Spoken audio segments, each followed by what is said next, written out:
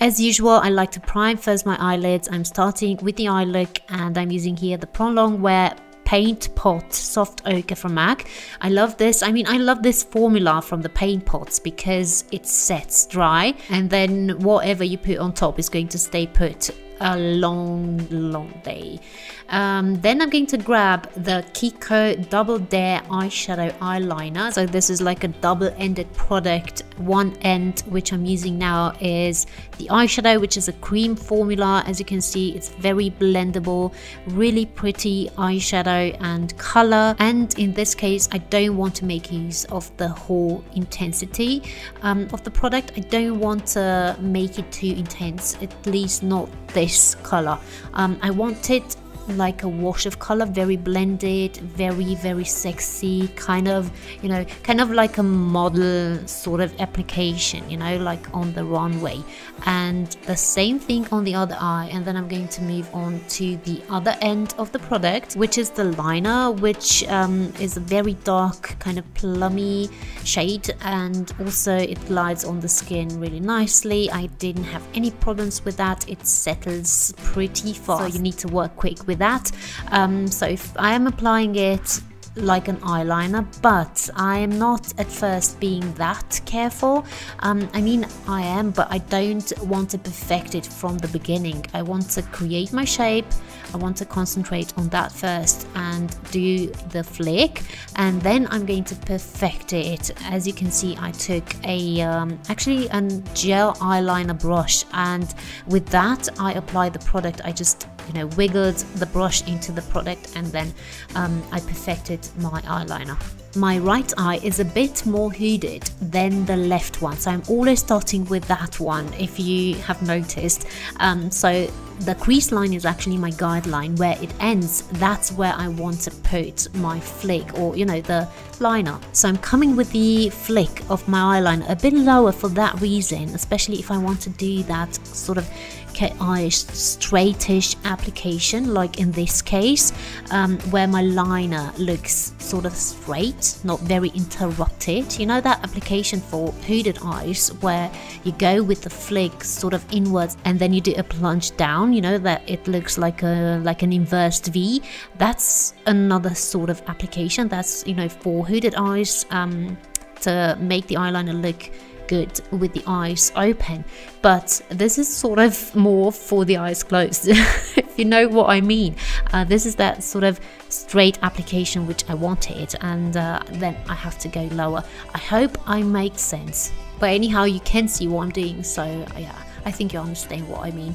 Then I took this this fluffy brush from NYX, and I went over the edges with this because I don't want, as I've said, I don't want too much color there. I just want a wash of color. And then I took again the other brush with still a bit of product on it, and I just applied a bit more in the inner corners. That's all. Now I'm finished with the application of my eyeshadows, at least for my upper part. So I'm going to use mascara, which is from Essence Bye Bye Panda Eyes. It's called. It's a smudge proof formula, which is actually nice. I mean, I didn't have panda eyes afterwards, but I also didn't have Sophia Loren's lashes or whatever, you know. I mean, your lashes are not going to look so long and so thick. You're not going to be very impressed, but it's a good mascara that you can use, like, you know, for an everyday application. No problems there. Then I left the eyes, I moved to the base, and I'm going to finish the eyes later after I've done my base. So I applied my moisturizer, which was from La Roche-Posay, of course, because I love it. And then I'm applying my foundation, which is a liquid one from Revlon, the Photo Ready Airbrush Effect mascara. Foundation, of course, and it's in vanilla. I love the shade, I love the formula. It doesn't last a very long time, but I mean, for a few hours. I'm very pleased with it, and it's not drying. That's the most important thing for me, and the color that doesn't oxidize. Yeah, it's a good foundation. You might want to try it. And I'm applying it with a fiber brush. I think it's from Real Techniques because of the shape of it and the color, but I'm not really sure. Anyway, it does the job, and my foundation looks good enough. And then concealer. It's from Kevyn Aucoin in the shade 04, and it's a product that covers everything, absolutely everything. And yeah, it's pricey. I did pay like half an arm for this, but I mean, I think it's worth it, and I am using it every time I'm doing my makeup off camera, because I love it. I honestly do. But I find that you do have to set it because it's not drying underneath the eyes. Yay! I mean, I love products that don't do that, but I know that I will have to use a bit of powder, not too much. I never bake underneath the eyes. I never bake, period, because that's going against the purpose of makeup, because that's going to emphasize fine lines, it's going to make you look pruny and, you know, older than you are, and, you know, emphasize skin texture.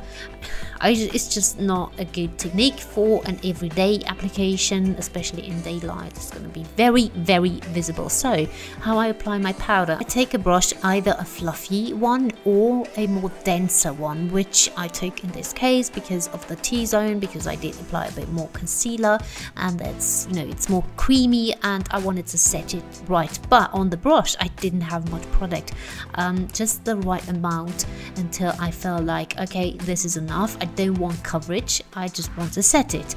And then I moved on to this lovely 3O, a product that's from Catrice. I took first the bronzer, which is a bit shimmery, but it's really nice in summertime, and I do have a bit of color. Yeah, I have a bit of color, and it does look pretty. And then I moved on to the highlighter from the middle because it's a bit more shimmery than the left one, and I felt like, you know, with my new gained tan, it looks nice, and I didn't go crazy on it, you know, but a bit, you know, more than the usual. And I applied it with this fan brush, which applies it really gently, and it doesn't leave like stripes. For blush, I took this one from Too Faced, which is such a pretty one. I love it so much, especially now in summertime, because it does have quite a bit of shimmer in it, but no chunks of glitter or anything like that, just shimmery and pretty. Then I felt like, okay, enough with the face, enough with the base, and I took the next product, which is a palette from NYX. It's very colorful, the Ultimate Shadow Palette, and yeah, as you can see, this is like a carnival happening in this palette. And I took those two shades, one's the rosy one and the other one the really plummy dark mauvey shade, and I mixed them and I went over the top edge of my eyeliner because I wanted to sort of smoke out that line and make it not very sharp. Did it do any good? I'm not so sure because the eyeliner was already set. But anyway, you can see a bit of color there in that area, and that's enough. I'm pleased. And then I moved on to the eyelashes. I used the Demi Wispies from Ardell, which I love. I always use them on myself, on clients. I love them. And then I moved on to the bottom part of my eye because I'm finished now with the top part. I'm really finished with that part. And this is an Essence long lasting eye pencil in Go Green. It's a really pretty, really long lasting eyeliner, and I did have a bit of trouble blending this out, but yeah, it worked. I used the eyeshadow from the bottom part from the palette from NYX to blend that out, and yeah, I mean, you can go as low as you wish. For me, this was enough. I mean, I rarely go lower than my actual lashes, my lower lashes. That's sort of my guideline, so to say. Doing that, I did apply the long-lasting liner into my waterline, and it didn't apply so well because it's not direct dry skin, you know, it's like wet skin, so to say. I did warm it up a bit on the back of my hand, you know, and it did work a bit better. I mean, it's a cheap product, what can you expect, but it does the job, and yeah, I mean, for the money, it looks okay. And then I applied the same mascara on the bottom lashes, and as you can see, they are pretty long, my lashes, and it covers a bit the green parts, and it looks okay now that I have mascara. And then I took for the brows, which is my almost last step, the palette, the Pro palette for the brows from Anastasia Beverly Hills. I'm reaching quite a lot for that taupey shade, and this angled really fine brush, I don't know where I have it from, maybe a palette, I don't know, but it does a great job. It's really fine, that's why I love it. And I'm just going between the brow hairs. I'm sort of covering the bald spaces and filling in the bald spaces, and not in a blocky way, just in a natural way. That's enough. And then on top, to set them, because I have bushes instead of brows, I'm using a product which is nice from L'Oreal. It's a brow plumper, and the color is medium dark. I'm using this every single day. That's not a lie, really, every single day, with no powder underneath or anything. I'm just straight on using this, and you know, doing my thing. And because you know me, I don't like to apply lashes without tight lining, so I'm doing that now as a last step, or almost, because I have the lips as well. This is a product from Maybelline, which is also not a very expensive one. Tattoo liner is called, and the color is black. It's like a gel eyeliner, and it works. It really does work. Not so good as the gel eyeliner from MAC, which I love, the black track. That doesn't budge, doesn't move, but this one is also a good product. It does budge a bit, but it's not that bad. And for the lips, I'm using another Essence product, a lip liner, Wish Me a Rose it's called. And yeah, and this is a lip liner. That's all I'm going to say about the product. And then from Maybelline, I'm taking a gloss which I've had for years and years, and I thought, I found it again, yeah, and I'm using it because why not? It's expired, and it's just lips.